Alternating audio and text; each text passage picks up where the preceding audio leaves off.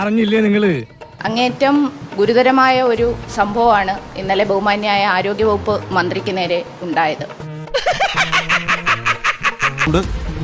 KSU പ്രവർത്തകർ പ്രതിഷേധവുമായി എത്തുമ്പോൾ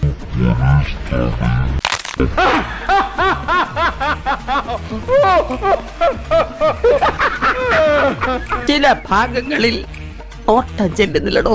സത്യത്തിൽ ഇന്നലെ എന്താണ് സംഭവിച്ചത്? ഒന്ന് കുനിഞ്ഞു. ഏതോ ഒരു അജ്ഞാത ശക്തി, പിന്നൊന്നും ഓർമ്മയില്ലടോ. ICUവിലേക്കാണ് വേഗത്തിൽ മാറ്റുന്നത് എന്ന് വെച്ചാൽ അവർക്ക് വേദനയുണ്ട്. ഞാനിപ്പോ ശവമാകും, എന്നെ വേഗം ആശുപത്രി കൊണ്ടുപോകും. ജില്ലാ ആശുപത്രിയുടെ ICUവിലേക്ക് അവരെ മാറ്റുന്നു. MRIയിൽ തലയ്ക്ക് കുഴപ്പമൊന്നുമില്ല എന്നാ ഡോക്ടർ പറഞ്ഞേ. പക്ഷെ എക്സ്റേ എടുത്ത് നന്നായി, നട്ടില് രണ്ടിടത്ത് നീരണ്ടെന്ന് പറഞ്ഞു.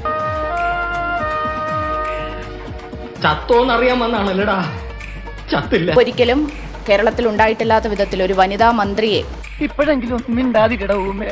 അവർക്ക് നേരെ കയ്യേറ്റ ശ്രമം ഉണ്ടാകുന്നു, കൊലപ്പെടുത്താനുള്ള ശ്രമം ഉണ്ടാകുന്നു.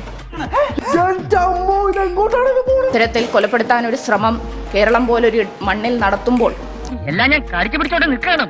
എനിക്ക് ചൊറിഞ്ഞോണ്ടായിരുന്നു, എന്നെ കൊണ്ട് പറയിപ്പിക്കരുത്. കേരളത്തിൽ മുമ്പ് ഒരിക്കലും ഇല്ലാത്ത സംഭവമാണ് ഉണ്ടായിരിക്കുന്നത്.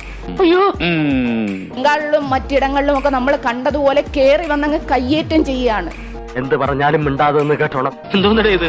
അവർക്ക് ഭ്രാന്താണ്. എന്റെ ദൈവമേ, മർദ്ദിക്കുകയാണ്. ഇതെങ്ങനെ അംഗീകരിക്കാൻ കഴിയും? ഒന്നുമില്ല, കുട്ടിക്ക് ഒന്നുമില്ല.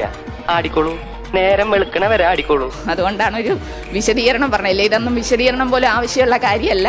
അധികമൊന്നുമില്ല, 2-3 പിരി എവിടെ അത്ര മാത്രമേ പറയാനുള്ളൂ.